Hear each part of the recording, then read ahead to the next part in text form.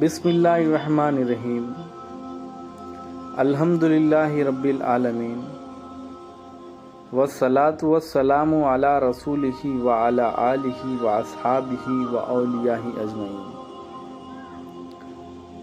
تو آئیے جانتے ہیں کہ اللہ تعالی فرماتا ہے کنتو کنزا مخفیہ، کہ میں ایک چھپا ہوا خزانہ تھا۔ یہاں غور کریں، ظاہری و باطن جو خزانے چھپے ہوئے تھے اور جو حجابات تھے اب وہ باہر آنے لگے، جو کیفیت کے ساتھ پردوں میں تھا انہی کیفیت کو لے کر پردوں کے باہر آیا۔ مقصد تو یہی تھا کہ جن صفات کے ساتھ مخفی میں تھا انہی صفات اور وہ صفاتوں کے رازوں کے ساتھ ظاہر میں بھی روشن ہوا۔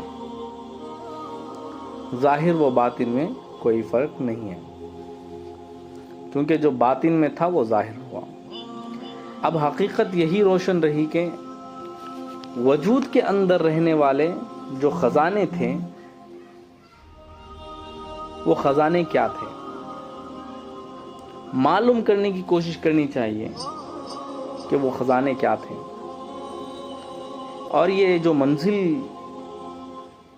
منزل ہے اس میں مشکل بہت آتی،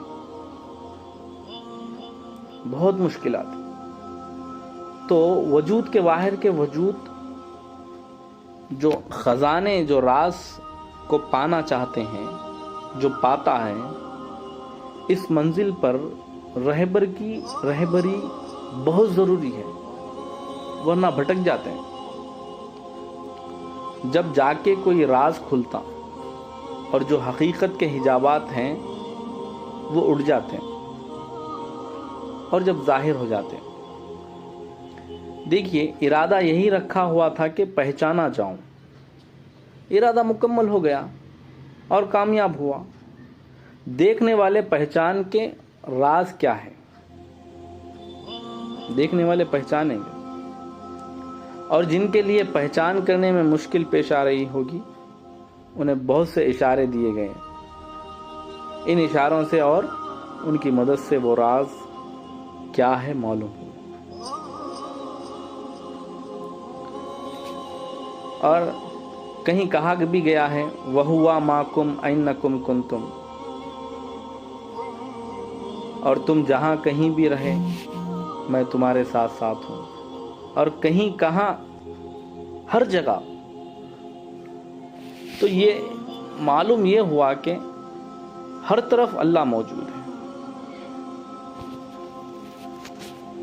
اور کہیں یہ بھی کہا گیا ہے کہ فَإِنَّمَا تُوَلُّوا فَثَمَّ وَجْهُ اللَّهِ، تم جس طرف بھی اپنا منہ کر لو اس طرف میری ہی صورت موجود ہے۔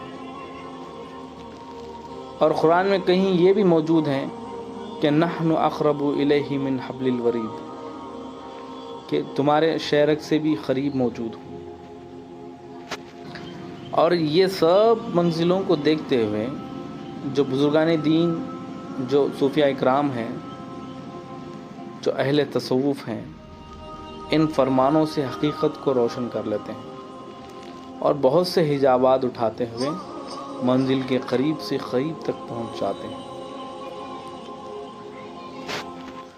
پھر بھی اس کو عام لوگ سمجھ نہیں رہے ہیں، مشکل پیش آ رہی ہے۔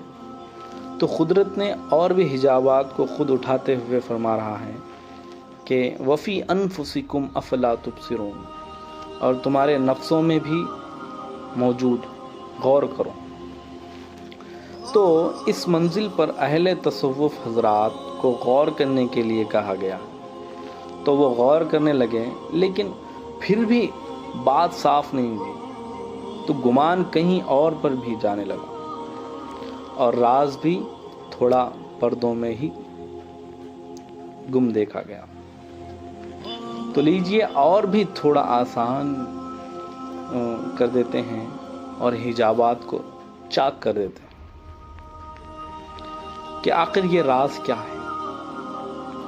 اور یہ صفت جمال اور جلال اصل میں کیا اور کس راز کو روشن کرنا چاہتے ہیں؟ اب یہاں غور کریے، ایک راز پر غور کر کے دیکھیے تو یہی راز روشن ہوا جاتا ہے کہ صفت جلال کے دائرے میں یا اس کے وجود میں کوئی شے اپنے وجود کو قائم یا حیات میں نہیں رکھ سکتی، کیونکہ یہ صفت ہر شے کو جلا دیتی، ہر شے کو باقی رہنے نہیں دیتی کسی کو بھی، یہ جلالی ہے۔ اس جلالی صفت کو کم کرنے کے لیے ایک اور صفت کی بہت ضرورت محسوس ہوتی ہے، اور وہ صفت جمالی ہے۔ صفت جمالی بہت خوبیوں والی صفت ہے، بہت خوبیوں والی، اس میں بے شمار خزانے ہیں۔ یہ صفت جب ظاہر ہوئی تو یہ صفت جمالی پہ بے شمار خزانے بھرے ہوئے تھے۔ یہ صفت جب ظاہر ہونے لگی تو جو صفت جمالی صفت جلالی کو اپنے دائرے میں لی اور اس کو ٹھنڈا کری، جو جلالی تھی۔ تو جو بزرگان دین جو دائرے سے دیکھتے ہیں، تو یہی وہ صفت ہے جو نور کے بھی صفت میں پائی جاتی ہے، کیونکہ جس طرح نور سے نور وجود میں آیا اور ایک نورانی وجود سے ایک نورانی وجود ظاہر ہوا، یہی کیفیت بلکہ یہی حقیقت جلال وہ جمال میں بھی پائی جاتی ہے۔ ایک نور کو اللہ نور کہا گیا تو ایک نور کو نور احمد بھی کہا گیا۔ نور احمد ہی نور محمدی صلی اللہ علیہ وسلم، اور راز یہ ہے کہ نور محمدی صلی اللہ علیہ وسلم ہی سے کل کائنات وجود میں آئی۔ انا من نور اللہ تعالی و کل شیء من نوری، یہی وہ فرمان ہے جو کہ کل کائناتوں پر چھائی ہوئی ہے۔